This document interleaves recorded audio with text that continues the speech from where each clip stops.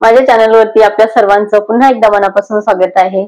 आज मी सांबार रेसिपी दाखवणार आहे। घरात अवेलेबल असणाऱ्या वस्तू मी इथे घेणार आहे। सांबार टेस्टी होणार आहे। चला तर मग रेसिपीला सुरुवात करूया। आपल्याला सांबार बनवायचा आहे, त्यासाठी 2 वाटी डाळ मी ही 8 तास पाण्यामध्ये भिजवून घेतलेली आहे। डाळ एकदम छान भिजली जाते। 8 तास भिजवलेली डाळ आहे ही। डाळ भिजवायचं कारण ऍसिडिटी होत नाही आणि डाळ पटकन शिजली जाते। आणि एकीकडे आपण आता गाडग्यामध्ये पाणी गरम करत ठेवलेलं आहे, तर पाणी पण आपलं उकळलेलं आहे। पाणी बघा इथे आपल्या याच्यातलं उकळलेलं आहे। गाडग्यामध्ये आपण पाणी ठेवलेलं होतं, यातमध्ये घालून घ्यायची आपल्याला डाळ आणि मीडियम गॅसवरती, कमी गॅसवरती आपण ही डाळ शिजून घेणार आहे।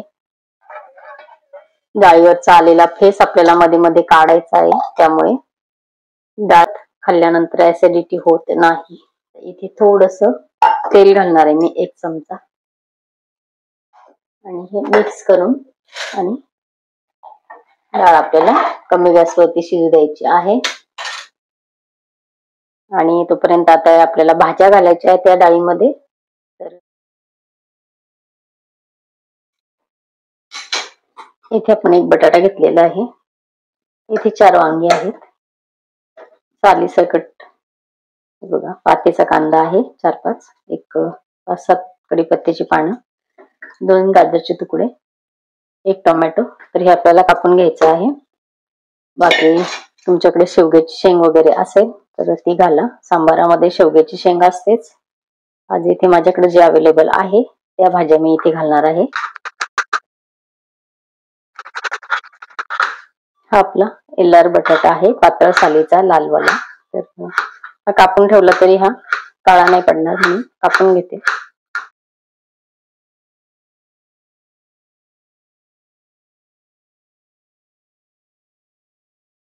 डाळीवरचा आलेला फेस आपल्याला असा काढून घ्यायचा आहे।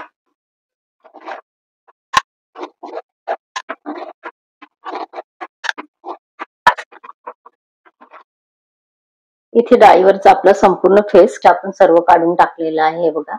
तर आता आपल्याला भाज्या डाळीमध्ये घालून घ्यायच्या आहेत कापलेल्या आणि मंद आचेवरती आपल्याला हे शिजू द्यायचे।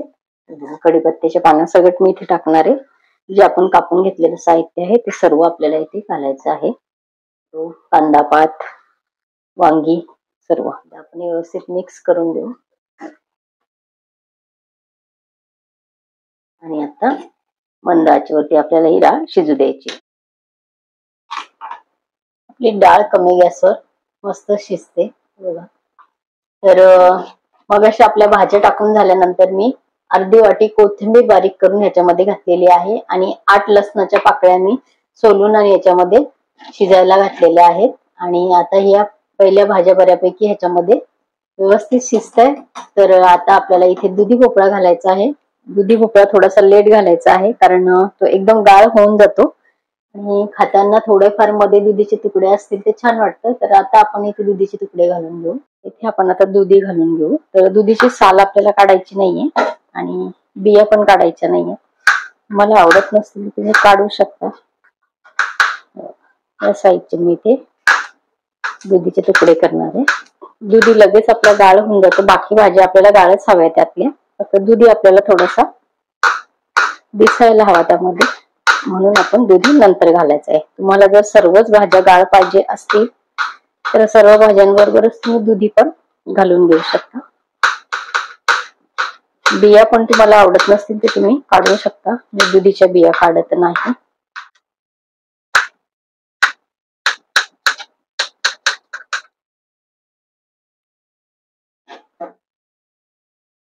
डाळ खूप पटकन शिजते आपली।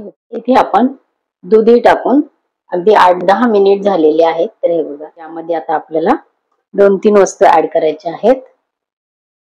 आपली डाळ शिजत आल्यानंतर आपल्याला ह्या 3 वस्तू टाकायच्या आहेत। हे कोकम आहे, ऐवजी तुम्ही चिंच सुद्धा इथे घेऊ शकता। कोकम आहे आणि 1 छोटी वाटी इथे गूळ घेतलेला आहे। टीस्पून म्हटलं तर 2 टीस्पून आहे आणि 1 टीस्पून आपल्याला इथे घ्यायचं आहे। एवढ्या मोठ्या खोबऱ्यामधलं जास्त घेतलेलं आहे मी, तर यातलं आपल्याला 1 टीस्पून खोबरं ह्याच्यामध्ये डाळीमध्ये टाकायचं आहे।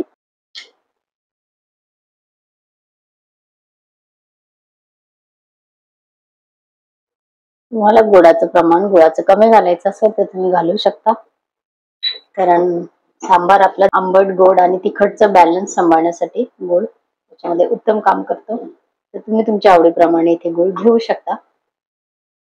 10 मिनिटं झालेले मी इथे गॅस बंद करून, आणि आपलं गरमच आहे गाडगं. तर हे बघा, तर व्यवस्थित आपली इथे डाळ शिजलेली आहे. तर फोडणीची तयारी आपल्याला करायची आहे. याच्यामध्ये छान आपण रवी फिरवून घेणार आहे.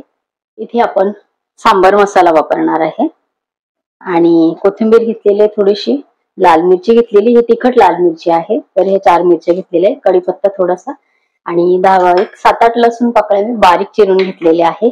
आणि इथे आपल्याला राई, हिंग आणि लाल मिरची पावडर लागणार आहे.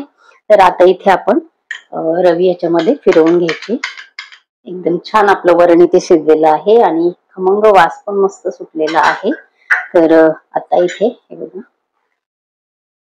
फक्त आपले दुधीचे तुकडे ह्याच्यामध्ये दिसतात, बाकी छान आपली डाळीमध्ये मिक्स झालेले. तर इथे माझ्या गोड नातीसाठी मला इथे गोडा सांबार बनवायचा आहे. त्यासाठी मी हा थोडासा इथे वाटी भरून फिक्का काढून ठेवते, आणि गोडा सांबार तिचा वेगळा बनवायचा आहे. चला आता आपली फोडणीची तयारी करू. इथे मी पातेलं ठेवलेलं आहे गॅसवरती. 2 टीस्पून तेल घालायचंय. इथे तेल आपल्याला कडक करून घ्यायचं आहे. तेल आपलं कडकडीत गरम झालेलं आहे. हे बघा, आपल्याला इथे 1.5 चमचा राई घालायची. राई छान आपल्याला तडतडू द्यायची. इथे राई आपली तडतडलेली आहे, तर आपल्याला इथे घालायचा आहे कढीपत्ता, आणि 4 मिरच्या, लसूण. फोडणी आपल्याला खमंग करून घ्यायची आहे. आता आपल्याला घालायचं आहे 1 चमचा जिरं. तर ते सर्वात मागून घालायचं आहे, कारण जिरं आपलं पटकन जळलं जातं, म्हणून मागून घातलं आपण. एकदम छान आपली फोडणी तयार झालेली आहे. यामध्ये घालायचंय आपल्याला आता हिंग. तर 2 चिमटे मी इथे हिंग घातलेलं आहे, आणि थोडीशी कोथिंबीर आपल्याला या तडक्यामध्ये घालायची. इथे आपल्याला घालायचं आहे आपली शिजवलेली डाळ. इथे आपल्याला आता 1-2 मिनिटासाठी झाकण ठेवायचं आहे, आणि नंतर आपण याच्यात आपल्या गरजेनुसार पाणी घालणार आहे. आता आपल्याला इथे पाणी पण घालायचं आहे, आणि आपले मसाले पण घालायचे आहेत. हे गरजेनुसार पाणी घातलेलं आहे. सांबार मसाला मी इथे मोठे 2 चमचे घेतलेला आहे. तो आपल्याला तेलात टाकायचा नाही, नंतर टाकायचा आहे. आणि 1 टीस्पून घेणार आहे आपण लाल मिरची पावडर, आणि इथे आपल्याला आता मीठ घालायचं आहे. इथे चवीपुरतं घालायचं आहे मीठ, आणि थोडीशी कोथिंबीर आता घालायची आहे आपल्याला उकळण्याच्या आधी. आणि आता आपल्याला हे छान याला एक उकळी काढायची आहे. टीस्पून मी तेल घातलेलं आहे. गोडा सांबार आपल्याला इथे बनवायचा आहे. लहान मुलं आवडीने खातात, नक्की करून बघा. माझी नात खूप आवडीने खाते. तेल आपल्याला इथे गरम करायचं आहे व्यवस्थित. तेल इथे गरम झालेलं आहे. तर नातीला माझ्या राई आवडत नाही, पण थोडीशी अगदी 4 दाणे घालणार आहे मी. आणि 1 लसणाची पाकळी इथे कुठून घेतलेली आहे, आणि कढीपत्ता थोडासा बारीक चिरून घेतलेला आहे तो घातला. थोडासा हिंग घालणार आहे, 1 चिमटेभर फक्त, आणि जिऱ्याचे 2-3 दाणे फक्त, अगदी कणभर जिरं घातलेलं आहे. कोथिंबीर इथे तडक्यामध्ये टाकली. हे आता घालून घ्यायचं आहे डाळ.